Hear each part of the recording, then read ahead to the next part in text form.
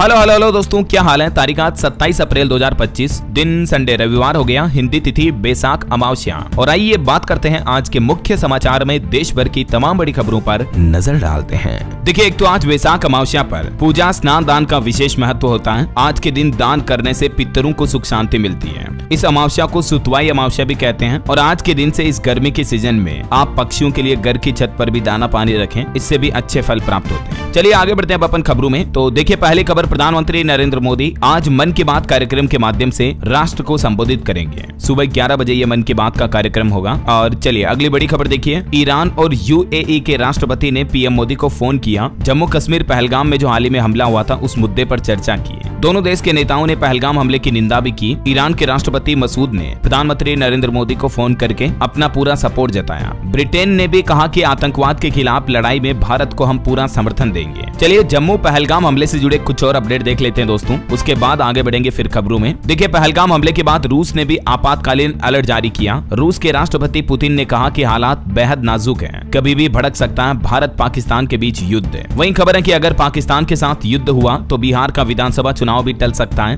और देखिए, भारत की कार्रवाई से बौखलाया पाकिस्तान। अब पाकिस्तान ने भी सीमा पर तैनात किए JF-17 और F-16 लड़ाकू विमान। कहीं न कहीं भारत की कार्रवाई से पाकिस्तान के हाथ पांव फूल रहे हैं। अब जवाबी कार्रवाई में पाकिस्तान ने भी 23 भारतीयों को निकाला व उनकी वीजा सुविधाएं भी रद्द कर दी है। इस बीच केंद्र सरकार ने मीडिया चैनलों के लिए भी एक एडवाइजरी जारी की, जिसमें कहा कि रक्षा अभियानों की लाइव कवरेज न करें। सूचना एवं प्रसारण मंत्रालय ने भारत के सभी मीडिया चैनलों को ये निर्देश दिया, जिसमें बताया गया कि भारतीय सेना के जवानों सुरक्षा बलों के ऑपरेशन का लाइव टेलीकास्ट न करे मीडिया। रेलवे ने भी कहा कि गैर कश्मीरी स्टाफ अकेले बाहर न जाए। और कुछ पाकिस्तानी एक्सपर्ट का तो ये खुद कहना है कि भारत के आगे नाक रगड़ेंगे पाकिस्तानी सेना के जनरल। सिंधु जल संधि पर इंडिया के आगे अब फंस गया है पाकिस्तान। ये खुद पाकिस्तानी एक्सपर्ट का मानना है कि पाकिस्तान ने गलती कर दी है भारत के साथ पंगा लेकर। जम्मू पहलगाम हमले पर RSS के प्रमुख मोहन भागवत ने भी कहा कि भारत पड़ोसी देश को कभी हानि नहीं पहुंचाता है, लेकिन राजा का ये कर्तव्य है कि प्रजा की रक्षा करना। मोहन भागवत बोले कि कुछ लोग नहीं बदलेंगे, चाहे कुछ भी कर लो, लेकिन राजा को अपना कर्तव्य निभाना चाहिए। और वहीं दोस्तों, इस तनावी माहौल के बीच अब संयुक्त राष्ट्र प्रमुख ने भारत पाकिस्तान दोनों देशों से शांति की अपील की और कहा कि दोनों देश अधिकतम संयम बरतें। पहलगाम हमले के बाद तनाव दोनों देशों के बीच चरम पर चल रहा है। इस बीच बड़ी खबर आ रही है, पहलगाम आतंकी हमले की जांच अब NIA करेगी। सुरक्षा बलों ने कश्मीर में 8 आतंकियों के घर धमाके करके ढहा दिए। ये कुछ तस्वीरें भी आप देख सकते हैं, अलग अलग आतंकियों के घरों को ढहाया गया, क्योंकि इन आतंकियों के इस घटना से जुड़े शामिल होने के तार मिले हैं। और अब इस पूरे मामले की जांच NIA द्वारा की जाएगी। इस बीच गुजरात से भी एक बड़ा खुलासा सामने आ रहा है। गुजरात में देखिए 1000 से ज्यादा बांग्लादेशी लोगों को हिरासत में लिया गया और हरियाणा में भी 450 से ज्यादा पाकिस्तानियों को निकालने का आदेश जारी हुआ। इन्हें अटारी बॉर्डर के जरिए वापस पाकिस्तान भेजा जा रहा है। ये कुछ तस्वीरें भी आप देख सकते हैं। और दोस्तों, भारत के सिंधु जल समझौता रद्द करने पर पाकिस्तान के पूर्व विदेश मंत्री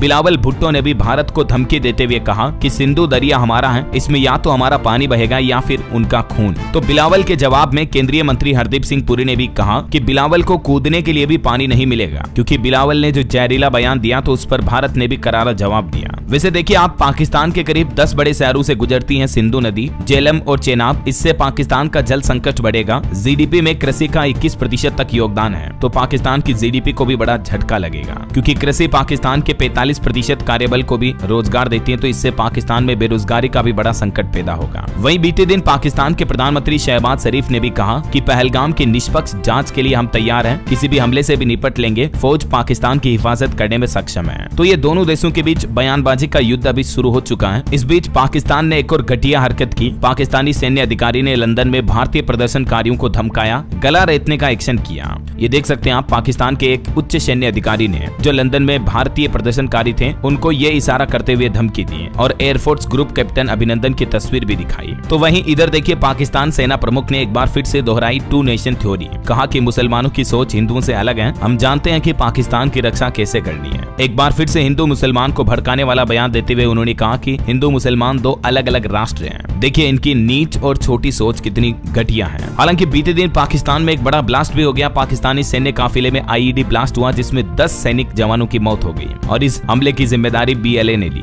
BLA का कहना कि हमारी आजादी की लड़ाई है। पिछले महीने भी आपको पता होगा, जो पाकिस्तान में BLA है, बलूच लिबरेशन आर्मी, उसने बीते महीने ट्रेन को भी हाईजैक किया था। और अब उन्हीं के देश के इस BLA संगठन ने उन्हीं की सेना के जवानों पर हमला भी किया। वैसे ये BLA क्या है, इसका पूरा मसला क्या है, ये इनकी मांग है कि इनको अलग से राष्ट्र घोषित घोषित कर दे, इनका अलग से मुल्क बना दें। पाकिस्तान का ही एक संगठन है ना। वही देखिए, पाकिस्तान से भारत आई सीमा हैदर ने भी भारत सरकार से गुजारिश करते हुए कहा कि मैं पाकिस्तान की बेटी थी लेकिन अब भारत की बहू हूँ, तो मुझे यहाँ रहने दिया जाए। सीमा हैदर ने उत्तर प्रदेश के मुख्यमंत्री योगी आदित्यनाथ से भी ये भावुक अपील की है, क्योंकि अभी आपको पता होगा कश्मीर हमले के बाद पाकिस्तानी नागरिकों को वापस उनके देश भेजने का सिलसिला शुरू हो गया। इस बीच सचिन मीना से शादी करने वाली सीमा हैदर ने पीएम मोदी और सीएम योगी से भारत में रहने की गुहार लगाई। वहीं देश के महान संत प्रेमानंद ने भी इस हमले पर अब बयान देते हुए कहा कि जब हमारे शरीर में किसी हिस्से में कैंसर हो जाए तो शरीर के उस भाग को हटा देना पड़ता है, काट देना पड़ता है। ठीक वैसे ही उन्होंने इस हमले पर तीखा प्रहार करते हुए कहा कि ऐसी गंदगी को मिटा देना चाहिए। सरकार से भी उन्होंने कठोर कार्रवाई की मांग की। तो ये कुछ अभी मसला चल रहा है भारत पाकिस्तान के बीच, जिससे जुड़े सारे बड़े अपडेट्स मैंने आपको एक साथ बता दिए। और चलिए आगे बढ़ते हैं अपन खबरों में। देखिए खबर, कल 28 तारीख को तटीय राज्यों की बैठक होगी। केंद्र सरकार 255 करोड़ रुपए की मत्स्य पालन परियोजनाओं का भी ऐलान करेगा। वहीं एक रिपोर्ट सामने आ रही है कि इलेक्ट्रिक क्रांति की रफ्तार हमारे देश में तेज हुई। 44 शहरों में पुरानी गाड़ियों की जगह ईवी से बचेगा 51 अरब लीटर ईंधन भी।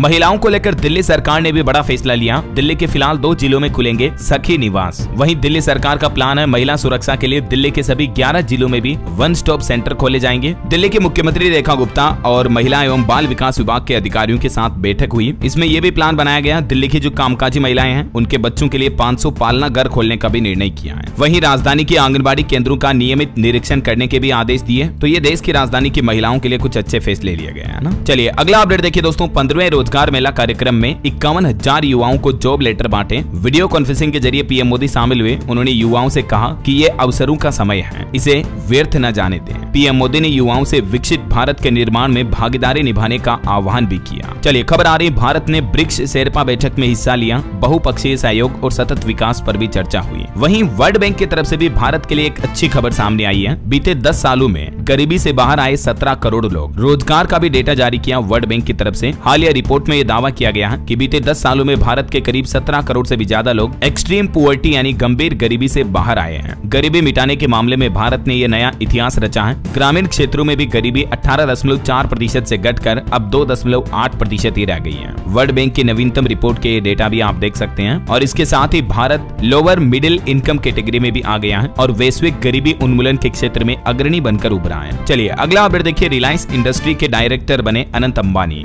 अब संभालनी होगी इस नई कंपनी की जिम्मेदारी। मुकेश अंबानी के छोटे बेटे अनंत को ये बड़ी जिम्मेदारी सौंपी गई है। रिलायंस इंडस्ट्रीज के एग्जीक्यूटिव डायरेक्टर बनाया गया। अगले महीने 1 मई से अपना पद संभालेंगे। 5 साल का इनका कार्यकाल होगा। चलिए हवाई यात्रियों पर सरकार ने आंकड़े जारी करते हुए कहा कि पिछले साल की तुलना में हवाई यात्रियों की संख्या इस साल 8.79% बढ़ी है। बीते महीने मार्च में ही तकरीबन 1.5 करोड़ लोगों ने हवाई यात्रा से उड़ान भरी। चलिए अगली बड़ी अच्छी खबर देखिए, 5 साल बाद फिर शुरू होगी कैलाश मानसरोवर यात्रा। चाइना ने भी इजाजत दे दी है। उत्तराखंड और सिक्किम के रास्ते 15 जत्थों में 750 श्रद्धालु जाएंगे। और इस साल कैलाश मानसरोवर यात्रा की शुरुआत 30 जून से होने जा रही है, जो कि 25 अगस्त तक चलेगी। विदेश मंत्रालय की तरफ से इस यात्रा के लिए आवेदन की वेबसाइट भी ओपन कर दी है। तो जो तीर्थयात्री जाना चाहते हैं वो इस ऑनलाइन पोर्टल पर आवेदन कर सकते हैं। आवेदन करने की अंतिम तारीख 13 मई है। हाल ही में भारत सरकार और चाइना सरकार के बीच कुछ समझौते भी हुए थे। उसके बाद भारत चाइना के रिश्ते अच्छे बनते दिख रहे हैं। चलिए अगला अपडेट देखिए, राहुल गांधी बोले कि मौजूदा पॉलिटिक्स में विपक्ष को कुचलने का टारगेट है। मीडिया को कमजोर किया जा रहा। दुनिया में लोकतांत्रिक राजनीति मौलिक रूप से बदल गई है। वहीं कलकत्ता हाईकोर्ट ने एक बड़ा फैसला सुनाया। नाबालिग के ब्रेस्ट छूना मतलब रेप की कोशिश नहीं है, लेकिन इस मामले को गंभीर यौन उत्पीड़न बताते हुए कलकत्ता हाईकोर्ट ने आरोपी को जमानत भी दे दी है। कलकत्ता हाईकोर्ट ने कहा कि नशे में नाबालिग लड़की के साथ इस तरह का प्रयास करना पोक्सो एक्ट के तहत रेप की कोशिश तो नहीं माना जाएगा, लेकिन इसे गंभीर यौन उत्पीड़न की कोशिश जरूर माना जा सकता है। देख सकते हैं कलकत्ता हाईकोर्ट ने एक लड़का लड़की के केस में सुनवाई करते हुए ये फैसला सुनाया। हालांकि हाल ही में आपको पता होगा इस तरह के इलाहाबाद हाईकोर्ट के फैसले पर भी सुप्रीम कोर्ट ने फटकार लगाई थी, क्योंकि आए दिन कई बार अलग अलग राज्यों की हाईकोर्ट इस तरह के उल्टे सीधे बयान देती रहती है ना। वहीं महाराष्ट्र की पॉलिटिक्स से भी खबर आ रही। उद्धव ठाकरे की शिवसेना ने एमएनएस से गठबंधन के संकेत दिए। सोशल मीडिया पर लिखा, एकजुट होने का समय आ गया है। पार्टी मराठी गौरव की रक्षा करने को तैयार है। चलिए बैंकिंग न्यूज से खबर आ रही दोस्तों, यूनियन बैंक ने एफडी की ब्याज दरों में कटौती की। अब 1 साल की एफडी कराने पर आपको 0.75% तक ब्याज मिलेगा। और भी अलग अलग टाइम पीरियड की एफडी पर यूनियन बैंक का क्या इंटरेस्ट रेट है इस टेबल में आप देख सकते हैं। बाकी हाल ही में एसबीआई वगैरह और भी कई बैंकों ने एफडी की इंटरेस्ट रेट घटाई थी, मैंने आपको बताए थे अपडेट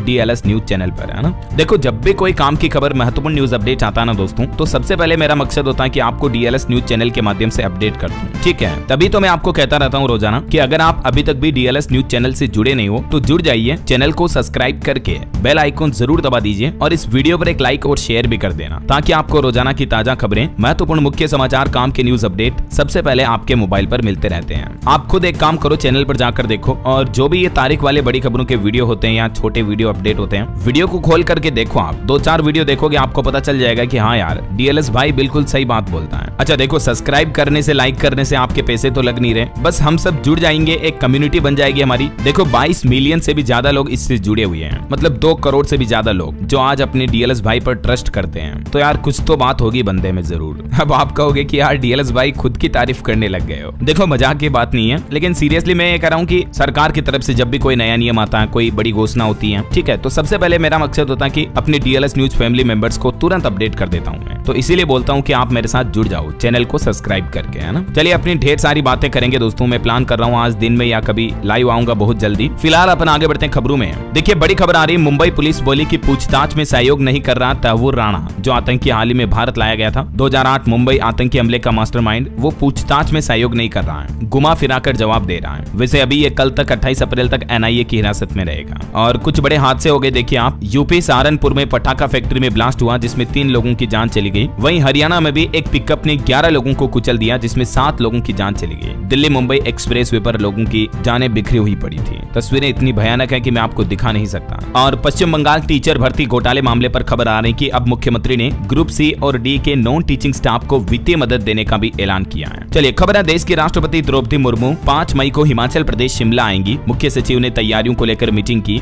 और टेक न्यूज से खबर है, मोटोरोला एज 60 प्रो स्मार्टफोन 30 अप्रैल को भारत में लॉन्च होगा। अनुमानित कीमत 60,000 रुपए तक हो सकती है। वहीं ऑटो इंडस्ट्री से भी अपडेट देखिए, 2025 रॉयल इनफील्ड हंटर 350 लॉन्च हुई। इसकी शुरुआती कीमत 1.5 लाख से शुरू है। और स्वास्थ्य के क्षेत्र में भारतीय डॉक्टरों की बड़ी उपलब्धि देखिए दोस्तों, दिल्ली में डॉक्टरों ने पेट से निकाला दुनिया का सबसे बड़ा ट्यूमर। एक महिला के पेट में फुटबॉल के बराबर जितना गांठ था, ट्यूमर था, लेकिन रोबोटिक सर्जरी में भारतीय डॉक्टरों ने कीर्तिमान रच दिया। दिल्ली के सफदरजंग अस्पताल के डॉक्टरों ने दुनिया का सबसे बड़ा एड्रेनल ट्यूमर निकाला एक महिला के पेट से। ये ट्यूमर की कुछ तस्वीरें आप देख सकते हैं, फुटबॉल जितना आकार था इसका। 36 साल की महिला की ये रोबोटिक सर्जरी हुई और भारतीय वैज्ञानिकों डॉक्टरों ने सफलता हासिल की। भारत के वैज्ञानिकों को एक और बड़ी सफलता मिली, हीमोफीलिया के लिए भी जीन थेरेपी में सफलता हासिल की है। भारत ने चिकित्सा विज्ञान के क्षेत्र में ये महत्वपूर्ण उपलब्धि हासिल की है। ब्रिक्स इन स्टेम और सीएमसी वेल्लोर के सहयोग से हीमोफीलिया के लिए भारत के पहले मानव जीन चिकित्सा परीक्षण का सफलतापूर्वक संचालन किया गया है। जीन थेरेपी के मामले में मील का पत्थर साबित होगी ये खोज। और भारतीय वैज्ञानिकों की एक और उपलब्धि देखिए दोस्तों, कोलेस्ट्रॉल की जांच भी अब बेहद सटीक, आसान और किफायती होगी, क्योंकि भारतीय वैज्ञानिकों ने एक अत्याधुनिक ऑप्टिकल सेंसिंग प्लेटफॉर्म विकसित किया है, जो कि हमारे शरीर में कोलेस्ट्रॉल की सूक्ष्म मात्रा को भी, मतलब छोटी से छोटी मात्रा को भी पहचानने में सक्षम है।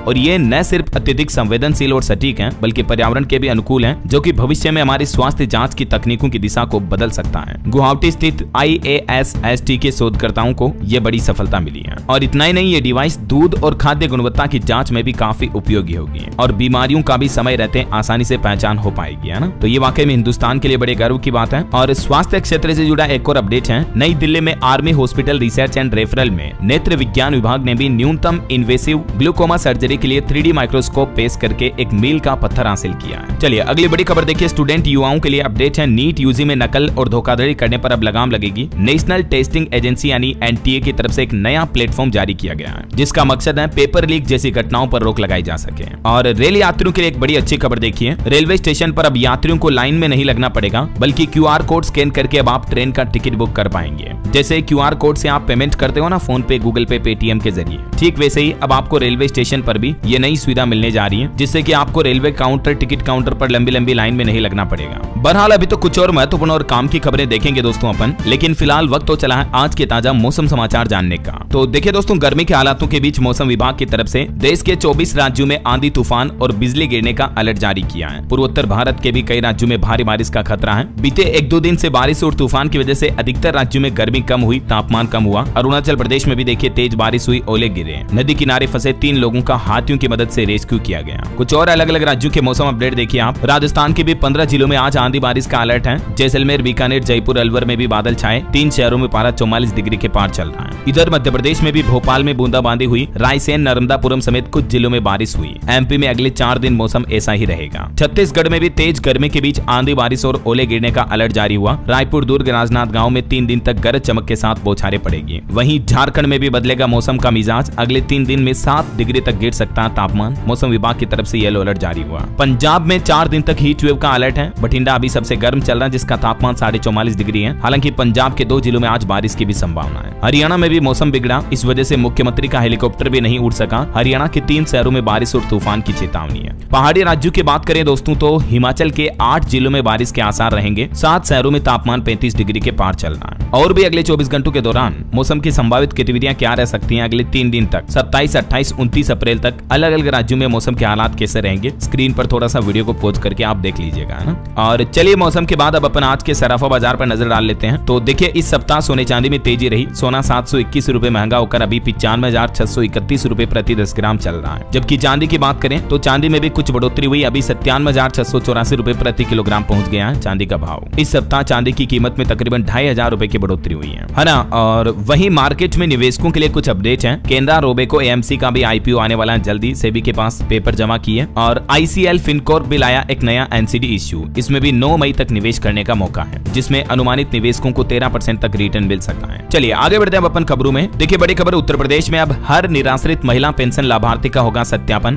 डीएम और कमिश्नर को निर्देश जारी किए यूपी सरकार ने पेंशन में होने वाली धोखाधड़ी, गड़बड़, घोटाले को रोक लगाने के लिए। अगले महीने 25 मई तक हर हाल में सभी का सत्यापन, वेरिफिकेशन करना ही है। वहीं आज उत्तर प्रदेश के मुख्यमंत्री योगी आदित्यनाथ 27 अप्रैल को गंगा एक्सप्रेसवे के निर्माण कार्य का निरीक्षण भी करेंगे। और देखिए यूपी लखनऊ में रोजगार मेला भी लगने जा रहा 30 अप्रैल को। बीटेक पास युवाओं को नौकरी मिल सकती है, कई सारी कंपनियां हायरिंग करेगी। चलिए बड़ी खबर आ रही है, देश की राजधानी दिल्ली में इस दिन से लागू होगी वय वंदना योजना। केंद्रीय मंत्री हरदीप सिंह पुरी बोले कि परिवार के खर्चे भी कम होंगे। दिल्ली में 28 अप्रैल कल से ही केंद्र सरकार की बीमा पॉलिसी और वय वंदना योजना की शुरुआत होने जा रही है। इस योजना के तहत अब 70 साल से ऊपर के हर बुजुर्ग का 5 लाख रुपए तक का इलाज बिल्कुल मुफ्त हो जाएगा। और बिहार वासियों को भी बड़ा तोहफा दिया है। मुख्यमंत्री नीतीश कुमार ने बिजली सस्ती कर दी है। राज्य के तकरीबन 63 लाख परिवारों को फायदा होगा। बिहार सरकार की तरफ से मैंने आपको बताया ना, बीते दिन लगभग 16,000 करोड़ रुपए की बिजली सब्सिडी को मंजूर किया है। तो ये सब्सिडी के बाद अब ग्रामीण उपभोक्ताओं को प्रति यूनिट 40 पैसे और स्मार्ट मीटर वाले उपभोक्ताओं को भी 25 पैसे प्रति यूनिट सस्ती बिजली का फायदा मिलेगा, राहत मिलेगी। और भी ज्यादा जानकारी आप देख सकते हैं बिहार सरकार के इस बिजली सब्सिडी के फैसले के बारे में, है ना। और बिहार वासियों के लिए एक और अपडेट आ रहा, किसानों के लिए भी बड़ा कदम है। कृषि यंत्रों के अनुदान नीति की भी समीक्षा करेगी बिहार की नीतीश सरकार। राज्य के डिप्टी सीएम विजय कुमार सिन्हा की तरफ से ये निर्देश जारी किए गए।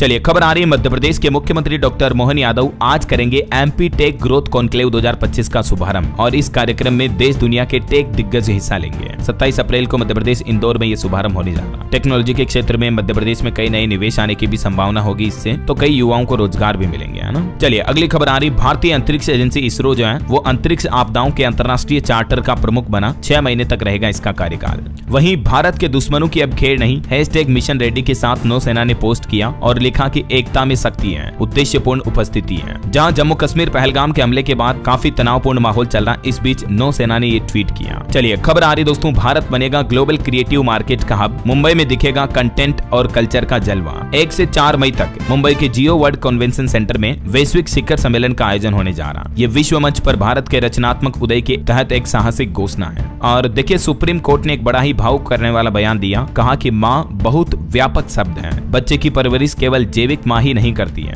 शीर्ष अदालत की तरफ से एक सौतेली माँ के केस की सुनवाई करते हुए ये महत्वपूर्ण टिप्पणी की गई। वहीं खबर आ रही, दुनिया में चल रहे टेरिफ वॉर के बीच भारत के लिए अवसर के मौके होंगे। अमेरिका में बिकने वाले सभी आईफोन अगले साल से भारत में बनाएगी एप्पल कंपनी। ये प्लान कर रही, मैंने आपको कल ही अपडेट बताया था इस बारे में। और बड़ी खबर देखिए, उत्तर प्रदेश के डीजीपी ने अलर्ट जारी किया, कहा कि अराजक तत्व कभी भी माहौल बिगाड़ सकते हैं, धार्मिक स्थलों पर भी विशेष सतर्क रहें सुरक्षा कर्मी। जम्मू पहलगाम हमले की घटना के बीच यूपी डीजीपी की तरफ से ये निर्देश जारी किए गए। और हज यात्रा 2025 पर भी अपडेट आ रहा दोस्तों। 29 अप्रैल को पहली उड़ान शुरू होगी। हज हाउस में ही मिलेगी सऊदी रियाल प्राप्त करने की सुविधा भी। 29 तारीख परसों से ही इस साल के हज यात्री देश से रवाना होना शुरू हो जाएंगे। 268 हज यात्रियों की पहली उड़ान 29 अप्रैल सुबह 2:15 बजे लखनऊ से भरेगी। और इसरो की एक और बड़ी उपलब्धि देखिए, इसरो ने किया सेमी क्रायोजेनिक इंजन का सफल अल्पकालिक हॉट स्टेट, जो कि इंजन परीक्षण कार्यक्रम के अंदर एक बड़ी सफलता है इसरो के लिए, है ना। चलिए अगला अपडेट आ रहा। उत्तर प्रदेश में आगरा के जूता, आगरा का पेठा और हैंडीक्राफ्ट को मिलेगी अब इंटरनेशनल पहचान। बिना एजेंट, बिना झंझट अब विदेश में सामान भेजना बहुत ही आसान होगा। दरअसल आगरा के प्रधान डाकघर में अपग्रेड करके डाकघर निर्यात केंद्र का शुभारंभ किया है, जिससे कि जो छोटे व्यापारी हैं, छोटे निर्यातक हैं, उनको डायरेक्टली उनका सामान विदेशों में भेजने की प्रक्रिया आसान और तेज मिलेगी। तो छोटे कारोबारियों को इससे बड़ा फायदा होगा। और भी क्या क्या सुविधाएं मिलेगी देख सकते हैं आप, है ना। और वही खबर देखिए, अब फ्लैट बुकिंग के समय ही होगा रजिस्ट्रेशन, भरनी होगी स्टाम्प ड्यूटी भी। नोएडा प्राधिकरण की तरफ से भी स्टाम्प ड्यूटी अनिवार्य कर दी है फ्लैट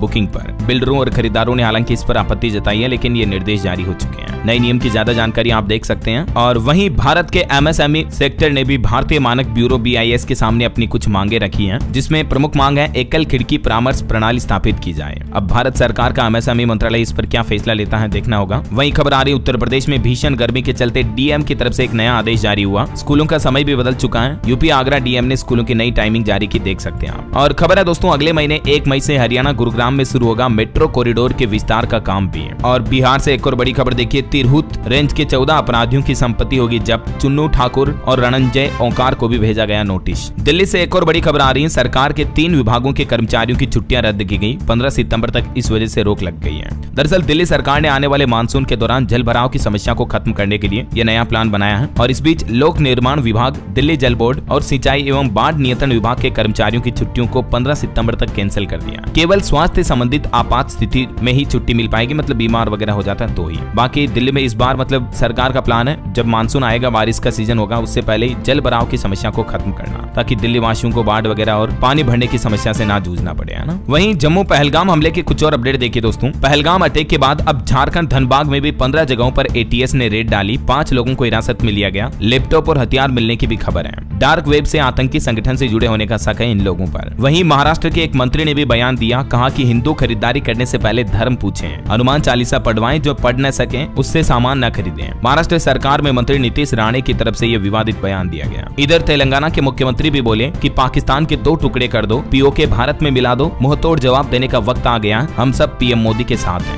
यूपी के डीजीपी ने भी कहा कि उत्तर प्रदेश से सभी पाकिस्तानी वापस भेजे गए हैं। एक नागरिक को 30 अप्रैल को भेजेंगे। ड्रोन के जरिए निगरानी की जा रही है। तो वहीं बॉलीवुड एक्टर सुनील शेट्टी ने भी कहा कि कश्मीर हमारा था, हमारा है और हमेशा हमारा ही रहेगा। वो बोले कि अब से अगली छुट्टी कश्मीर में ही मनाएंगे। इधर अटारी वाघा सीमा पर भी हलचल तेज हो गई। किसानों को फसल कटाई के लिए 2 दिन का समय दिया। अटारी वाघा बॉर्डर के पास जिन किसानों के खेत हैं, उनको फसल काटने के लिए 2 दिन का वक्त दिया गया है। उत्तर प्रदेश के मुख्यमंत्री योगी आदित्यनाथ भी बोले कि नया भारत मुंहतोड़ जवाब देने के लिए तैयार है। वहीं खबर आ रही, पाकिस्तानी नागरिकों को दिए गए 14 श्रेणियों के वीजा रद्द हो चुके हैं। भारत ने कहा कि तुरंत लौट जाओ अपने वतन वापस। और जवाब में आपको पता होगा, पाकिस्तान ने भी जो भारतीय विमानों के लिए अपने हवाई क्षेत्र को प्रतिबंधित कर दिया। तो उसके बाद भारत के विमानन नागरिक मंत्रालय DGCA की तरफ से नई गाइडलाइन जारी की गई है, जिसमें कहा कि यात्रियों की मदद करें एयरलाइन कंपनियां। DGCA द्वारा एयरलाइंस कंपनियों को 4 प्रमुख निर्देश दिए गए। पहला, फ्लाइट से पहले यात्रियों के साथ कम्युनिकेशन करें। दूसरा, उड़ान के दौरान यात्रियों के लिए खान पान और आराम की व्यवस्था रखें। तीसरा, मेडिकल तैयारी और वैकल्पिक हवाई अड्डों पर भी विचार करें। और चौथा, कस्टमर सर्विस को ध्यान में रखें। और वहीं देखिए, केंद्र सरकार ने उड़ान योजना के तहत भी आंकड़े जारी किए, जिसमें बताया कि अभी हमारे देश में 625 उड़ान मार्ग शुरू हो चुके हैं।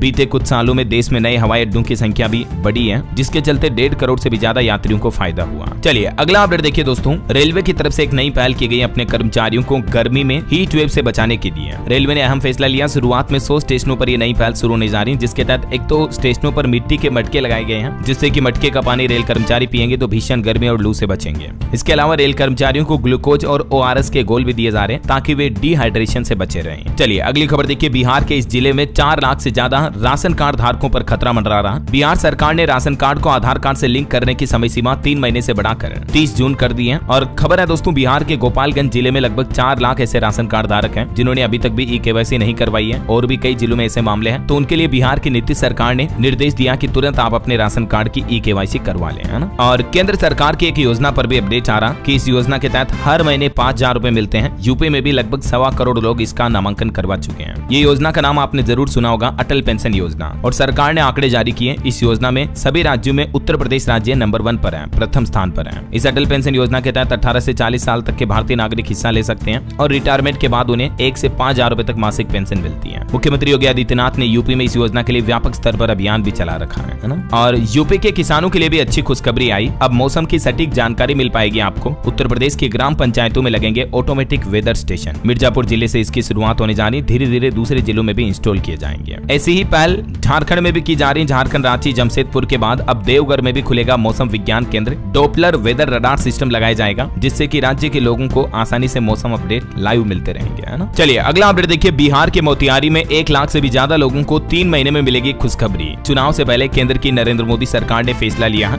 पूर्वी चंपारण में प्रधानमंत्री आवास योजना के तहत 1 लाख से भी ज्यादा लोगों को, गरीबों को घर दिया जाएगा। वहीं देखिए उत्तराखंड में अवैध रूप से रहने वाले विदेशी नागरिक होंगे चिन्हित, तुरंत उन्हें वापस विदेश भेजा जाएगा। पाकिस्तानी और बांग्लादेशी नागरिकों के पहचान करने के निर्देश जारी कर दिए उत्तराखंड की मुख्यमंत्री पुष्कर सिंह धामी सरकार द्वारा। और हरियाणा सरकार का भी एक बड़ा फैसला देखिए, पहाड़ी वन क्षेत्र में पानी रोकने के लिए डैम बनाएगी यानी बांध बनाएगी हरियाणा की नायब सिंह सैनी सरकार। मुख्यमंत्री ने अधिकारियों के साथ बैठक में निर्देश जारी किए। और हरियाणा के जो पहलगाम में शहीद हुए लेफ्टिनेंट विनय नरवाल, उनके परिजनों को भी हरियाणा सरकार 50 लाख रुपए देगी। सीएम नायब सैनी ने यह भी ऐलान किया। चलिए खबर आ रही है, मध्य प्रदेश में पीएम श्री एयर एम्बुलेंस के लिए हर महीने 1.5 करोड़ रुपए का भुगतान किया जाएगा। इसका लाभ औसतन केवल 5 रोगियों को मिलेगा। स्वास्थ्य अधिकारी की तरफ से ये डेटा जारी किए गए, देख सकते हैं आप। वहीं राजस्थान जयपुर में association of small and medium newspapers of India का 31वां राष्ट्रीय अधिवेशन का आयोजन भी हुआ। और एक भ्रष्टाचार के खुलासे की खबर देखिए, उत्तर प्रदेश में पानी भरते ही गुब्बारे की तरफ फटी 3.5 करोड़ की लागत से बनी पानी की टंकी। तेज धार पानी ने भारी नुकसान भी कर दिया। यूपी के लखीमपुर का मामला है, शेखपुर गांव का, जहां पानी की नई टंकी बनाई गई। पहली बार जब उसे भरा गया तो गुब्बारे की तरफ फूट गई है। ग्रामीणों का कहना है कि टंकी निर्माण में बहुत ही घटिया तरीके से काम करवाया गया। ये देख सकते हैं आप, कुछ तस्वीरें भी हैं। चलिए वक्फ विरोध में देखिए फिर से मुसलमान एक्टिव हुए। केंद्र सरकार के खिलाफ मुसलमानों ने जुलूस निकाला। बिहार मुजफ्फरपुर में वक्फ संशोधन कानून का विरोध किया। डीएम के जरिए राष्ट्रपति को ज्ञापन भी भेजा और इस कानून के वापसी की मांग की। अभी एक दिन पहले आपको बता दूंगा, वक्फ कानून को लेकर केंद्र की नरेंद्र मोदी सरकार ने 1332 पन्नों का हलफनामा रखा, सुप्रीम कोर्ट में पेश किया।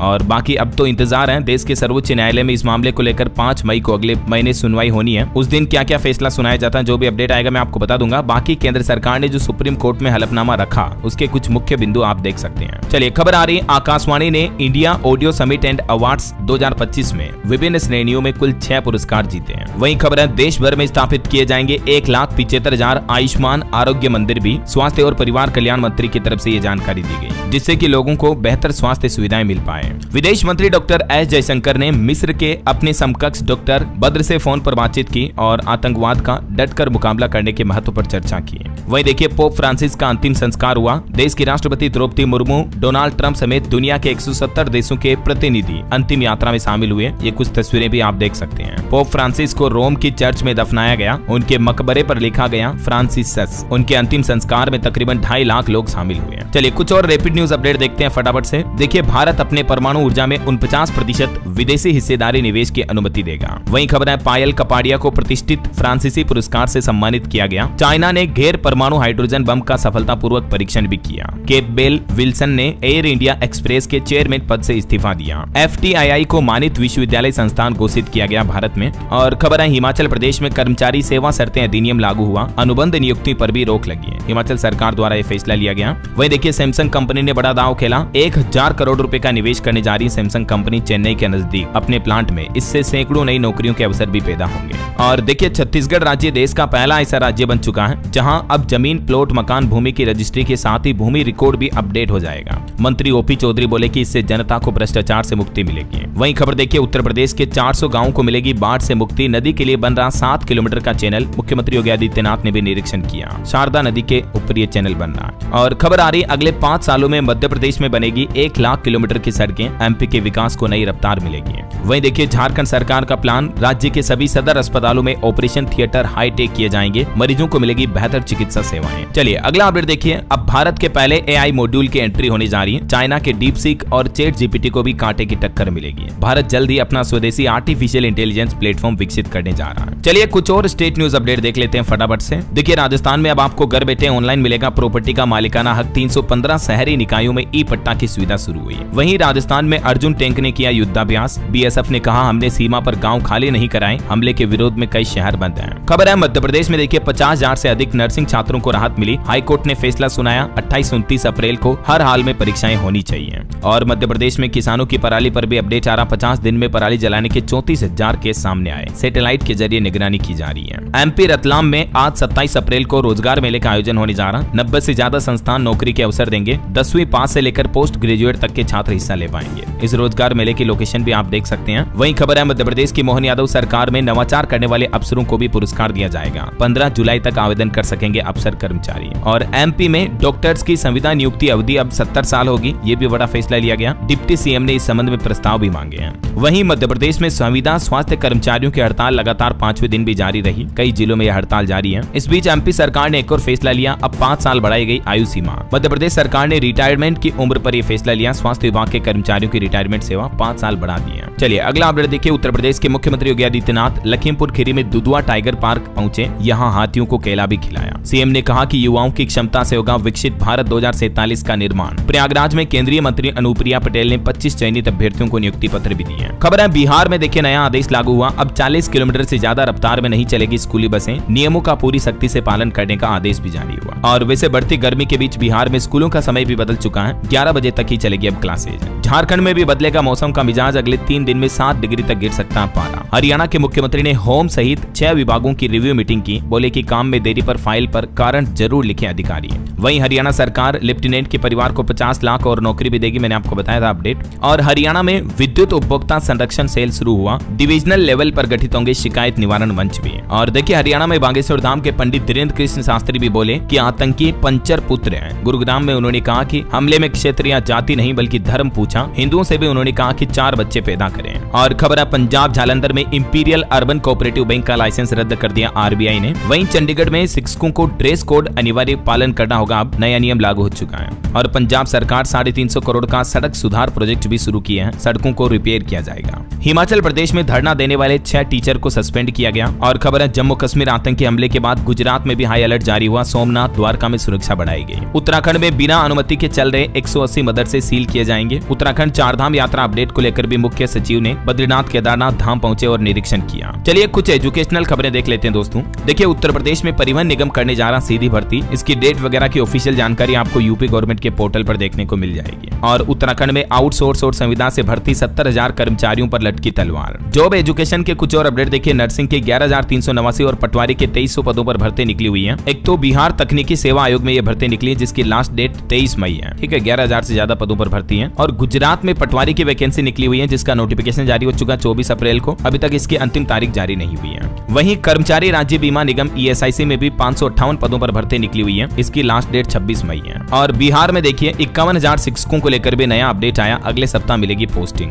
चलिए कुछ अंतर्राष्ट्रीय न्यूज अपडेट देखिए दोस्तों। ईरान के बंदर अब्बास पोर्ट पर बड़ा धमाका हुआ जिसमें 5 लोगों की जान चली गई। 700 से ज्यादा घायल हो गए। बताया जा रहा है कि ज्वलनशील पदार्थों को रखने में लापरवाही की वजह से यह हादसा हुआ। हादसा इतना गंभीर था कि कई किलोमीटर दूर तक धुएं का गुब्बार दिखाई दिया। ये देख सकते हैं आप तस्वीरें भी। वहीं देखिए अमेरिकी राष्ट्रपति डोनाल्ड ट्रंप बोले कि पुतिन बस मुझे बहका रहे हैं। शायद वो युद्ध रोकना ही नहीं चाहते। जेलेंस्की से मुलाकात की तस्वीर भी सामने आई। और अंत में दोस्तों आपको जीवन में खुश रहने की एक सीख बताता हूँ कि जीवन में सुविधाएं नहीं बल्कि संतोष और शांति जरूरी है। एक संत ने राजा को एक सीख दी थी कि जो व्यक्ति कम संसाधनों में भी प्रसन्न रहता है वही सबसे बड़ा धनी है। और चलिए अंत में आज के राशिफल पर नजर डाल लेते हैं। देखिए सिंह राशि वालों के इनकम सोर्स बढ़ सकते हैं। तुला राशि के लोगों को लेन देन में भी फायदा होने के योग है। और भी कुछ अलग अलग राशियों का राशिफल आप देख सकते हैं स्क्रीन पर। और हाँ दोस्तों आप मुझे कमेंट करके बताइए कि भारत पाकिस्तान के बीच सिंधु जल समझौता किस साल हुआ था, जिसको अभी हाल ही में जम्मू पहलगाम घटना के बाद भारत सरकार ने रद्द कर दिया था। तो ये समझौता किस साल हुआ था, कमेंट करके बताइए। सही जवाब देने वाले लोगों को रैंडमली सेलेक्ट होने पर